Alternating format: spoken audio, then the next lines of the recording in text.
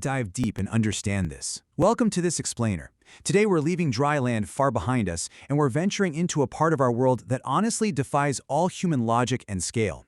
We spend our daily lives so incredibly focused on continents, on countries, on borders, and just the solid ground beneath our feet. But today, we're stripping all of that away to look at the true giant of our planet. We're unpacking the secrets of the Pacific Ocean, its mind-bending size, its terrifying depth, and the hidden mysteries just lying down there at the very bottom in the pitch black. So grab your gear, because this journey is going to challenge absolutely everything you thought you knew about the Earth. So, how big is the Pacific really? It sounds like a super simple geography question, right? You're probably picturing a standard world map from your school days. But those two-dimensional maps, they kind of actively trick us. They put the continents right front and center, basically treating the oceans as just, the convenient blue space filling in the gaps between human populations. But what if the continents are actually just the scattered, isolated debris, and that massive blue space is the main event? I want you to completely wipe your mental map clean for a second, because the physical reality of the Pacific scale is something our human brains legitimately struggle to comprehend without a serious shift in perspective. Okay, let's dive into this. Part 1. Beyond Human Imagination. We're going to start at the surface before we plunge into the depths, looking at the sheer, overwhelming macro scale of this body of water.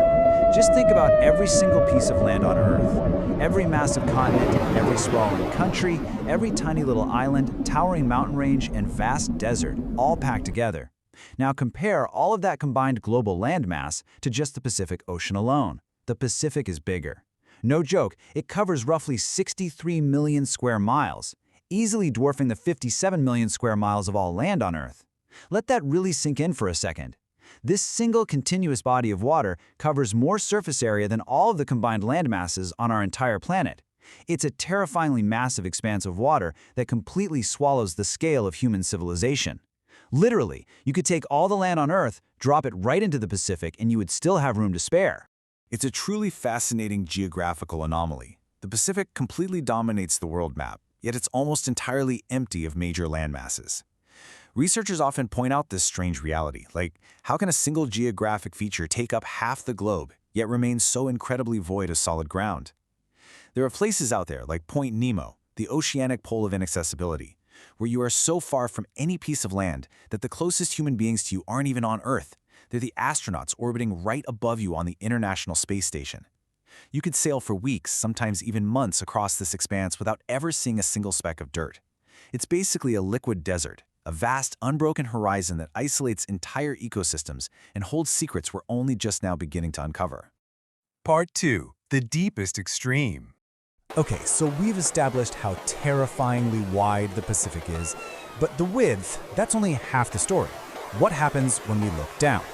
We're remarkably comfortable on the surface, right? We've got these massive steel ships that can weather the storms and global shipping lanes crisscrossing the waves. But the vertical drop beneath those ships is a completely different universe. As you descend, the sunlight just begins to fade away completely, plunging you into the twilight zone and eventually the midnight zone. It's a world where pressure reaches levels that can easily crush thick metal, where the temperature drops to near freezing, and where the standard rules of biology and survival are just entirely rewritten. Now, what's really interesting about this is the Mariana Trench. This is the ocean's absolute most extreme point. Located in the western Pacific, this crescent-shaped scar in the Earth's crust is the deepest place on our planet, plunging down nearly 7 miles into the abyss at its lowest point known as the Challenger Deep.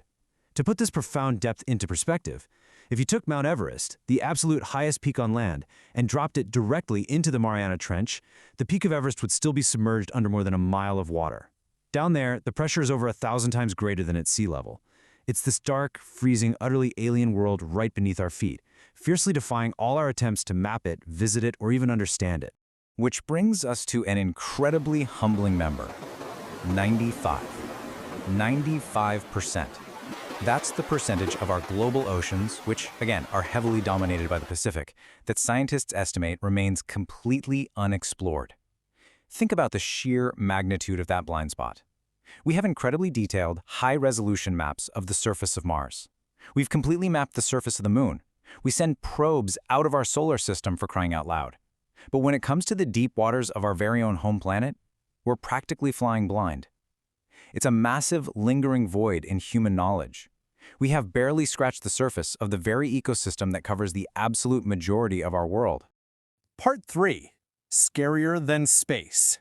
When 95% of a dark, crushing environment is completely hidden from you, well, the imagination and the reality can be incredibly frightening. There are stark realities of the deep sea that literally keep scientists up at night. First, we have those unexplored extreme depths. We're talking about environments where the pressure exceeds 15,000 pounds per square inch. That is the equivalent of having dozens of jumbo jets stacked directly on top of you. Then, the hidden mysteries. Deep down, near hydrothermal vents, we're finding these bizarre, alien-like ecosystems surviving entirely on toxic chemicals instead of sunlight, alongside giant squids and bioluminescent predators we barely even understand. Next is the complete and utter darkness. Sunlight simply cannot penetrate these depths, creating a permanent, pitch-black abyss where eyes become totally useless. And finally, the surface violence. Unpredictable monster waves, sometimes called rogue waves. These are massive walls of water reaching 100 feet high that just seem to rise out of nowhere, capable of snapping even our most giant modern cargo ships entirely in half. And this brilliantly illustrates a haunting conclusion that explorers have come to. The ocean is scarier than space. When researchers and veteran explorers say this, they aren't just exaggerating for effect. Think about the fundamental differences here. Space is a vacuum, yes, but it's transparent. We can look through it, we can send radio signals across it, we can measure it, and we can clearly see galaxies millions of light years away using telescopes. But the ocean? The ocean actively hides its secrets. It puts up a formidable physical barrier of dense water, crushing pressure, and absolute darkness that actively fights human observation. It absorbs light, it blocks our radio waves, and it physically repels our attempts to look inside. So, if space is the final frontier, what is waiting for us in the unexplored 95% of our own planet? We happily spend billions of dollars looking up at the stars, constantly searching for alien life and dreaming of discovering new frontiers. Yet we literally have an alien world right here, swirling in the massive, deep, dark expanse of the Pacific Ocean. What hidden creatures, what ancient geological secrets, what untold biological mysteries are down there right now, just waiting in the freezing dark? Thank you for joining me on this explainer. Keep questioning, keep learning, and the next time you look at a globe, I guarantee you will never look at that seemingly empty blue space the exact same way again.